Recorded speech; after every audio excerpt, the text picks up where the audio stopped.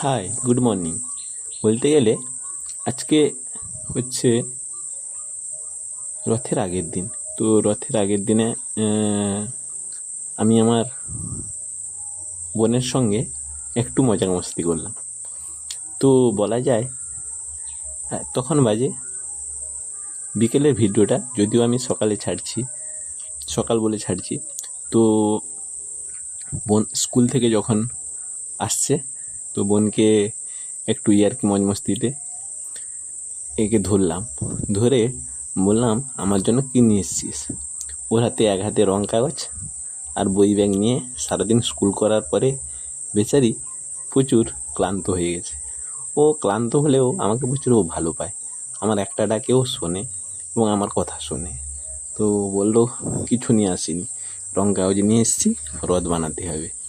তো ওকে ধরলাম, বললো কিনে এসছিস দে, খাবার জিনিস কিনে এসছিস দে। তখন ও বললো দাঁড়াও দিচ্ছি। বললাম এতক্ষণ কোথায় ছিলিস তুই?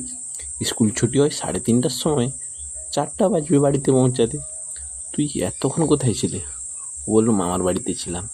আমি জিদ করছি কিনে এসছিস দে, আমার সঙ্গে আমাকে দে, কিনে এসছিস দে। তখন সে বলছে দাঁড়াও, ব্যাগটা নোংরা জায়গায় রাখবো না, ব্যাগটা আমি ঠিক জায়গায় ভালো জায়গায় রাখি। আমি বলছি দে দে দে।